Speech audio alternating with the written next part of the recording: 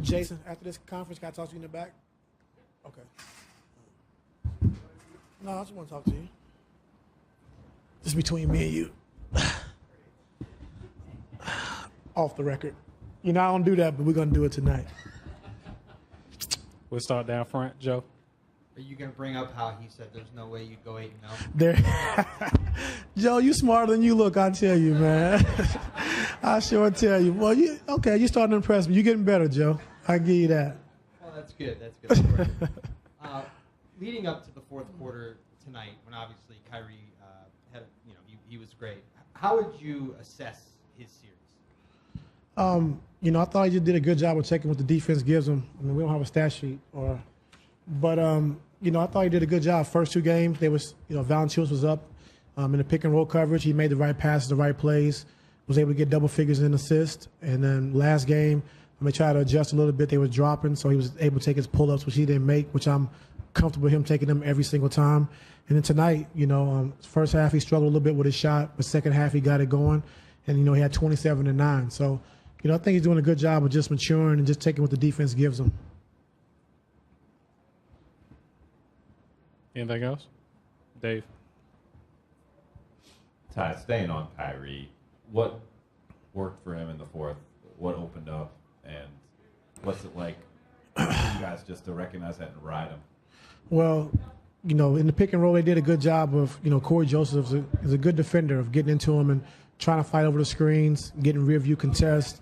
And Valanciunas, who's big at the rim, and so is Ibaka. So in that fourth quarter, I just went to ISOs at the elbow for Kyrie, just getting into him, clearing out, bringing Kyle off the double, and then getting Kyrie alive, dribble at the elbow, which he's virtually unstoppable. So we went to the ISO one-on-one game, for Kyrie at the elbow, and he produced for us.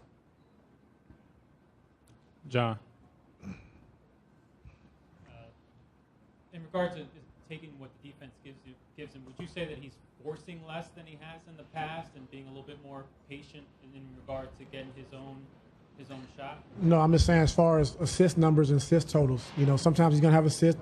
Depends on how the defense is guarding him. But for me, I need him to be aggressive, be a scorer, attacking. If they're going to be up and putting 2 on the ball, then he has to make the right play and the right pass, which he's been doing in this series. Joe, all the way in the back. Joe Gabriel, Cavs.com. Coach, you talked early in the playoffs about the importance of transition defense. 0 fast break points, I think, for Toronto tonight. How big was that? It was big. The closeout game is always tough, and I got to give Casey a lot of credit. He had his guys ready to play. They came out, competed, took an early lead, went up 11. Got Shannon in the game to try to give us some spacing so we can score the basketball, and it worked for us. Being able to come back and having a 28-28 at the end of the first quarter was big for us. But I thought, Casey had his guys ready to play. The guys made shots. They made threes tonight, which is tough on us. I thought our rotations were a little slow tonight. But, it was a tough game for us. So we knew it was going to be coming into it, a hostile environment. They have DeRozan, Serge, Corey Joseph. So they have some good players, even with Kyle being out. And I just got to give, Casey a lot of credit for having those guys ready to play. And it came all the way down to the end. Jason? I might be wrong, but you look like you used some lineups that you haven't used very often at times. Why was this game, of all games, the right time to unveil some of those? I don't know. You just watch film and you study, and, when it's time to try it, then you try it. It works. You look like a genius. If it doesn't, you get criticized like you always do me. So, but, it was a little different. The rotation was a little different, because LeBron didn't want to come out. And so it was a lot of different lineups on the floor. But, it worked. And guys were ready to play. And we had to go small at times to try to match up with those guys. And we went big at times. So just try and play cat and mouse and just try to feel and figure out what works. You mentioned something that kind of triggered something. So when it's the postseason now, do you let LeBron tell you when he's tired? Because you have so many days off. You have so many days off between series. Just tonight, because the closeout game has always been like that. And he tries to go as far as we need him. And I know in that fourth quarter, I tried to get him out for a couple of minutes. He said, no, I'm fine. Just, give me a timeout, and I'll be okay. So, Casey called a 20-second timeout, and then I followed it with a full timeout. And then he said, okay, I'm fine. So he's able to ride it through. So, if that didn't happen, I would have had to get him out for at least a minute and a half or so. But once Casey called that 20 was big for us, and then I called a full and gave him like a 5-minute break, and that was great for us. Marla. I just wonder what was working so well in the first half for Corver, and then in the second, it's like he became like the diving for balls and rebounding and stuff. I mean, Well, I thought in the first half we just used him. We was very aware where he was on the floor.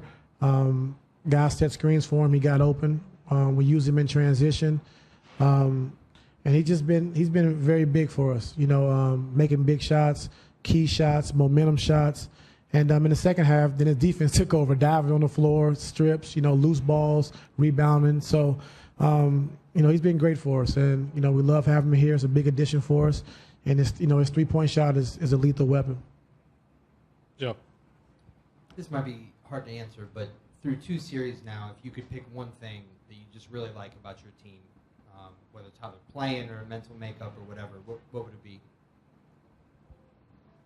That we're winning.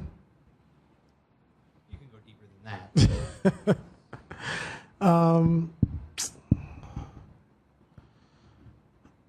I don't know. It's a lot of things. I mean, you can't just pick one, but we're a resilient team. We know, like you said, at the end of the season, things wasn't like everyone thought they should be, and including us. But we knew once we got healthy that we can go on runs like this and get our rotation set and lock in defensively and do some things defensively that we know we're capable of doing. So I just like our team for just staying with it. Just having the confidence and belief that we can get on track once we get healthy, once we get our rotation set, once we put in our defensive schemes that we can be a good team. So I just love our team just for being resilient. Back right. Coach, yesterday DeMar DeRozan talks about how the LeBron James he's seeing this year's playoffs seems even more quicker, faster than the opponent he faced last year, which given what he said, the mileage in his body. How impressed are you by what LeBron has been able to do in spite of that mileage? Oh, very impressed. Since the second half of the season, he's really, went to another level. And, it started the second half of the regular season and then carried over into the playoffs. And, we're just riding him right now. And, the way he's been playing is phenomenal. He's carrying his team and, everyone's chipping in, trying to help him as much as possible. And, for him playing at the pace that he's been playing at far as offensively, when we're getting stops and he's getting out on the break and getting in transition, like either you're going to Kyle Korver, Channing Frye, Kyrie, Kevin Love, JR, you have all these shooters around. So either you're going to take those guys away, he's going to get into the paint, or you're going to help and he's going to get assists. So when we're playing with pace, that's when we're the most dangerous. Anything else? All right. Thank you.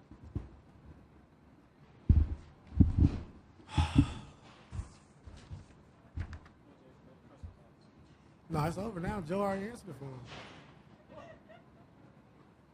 14. PJ Tucker. PJ Tucker.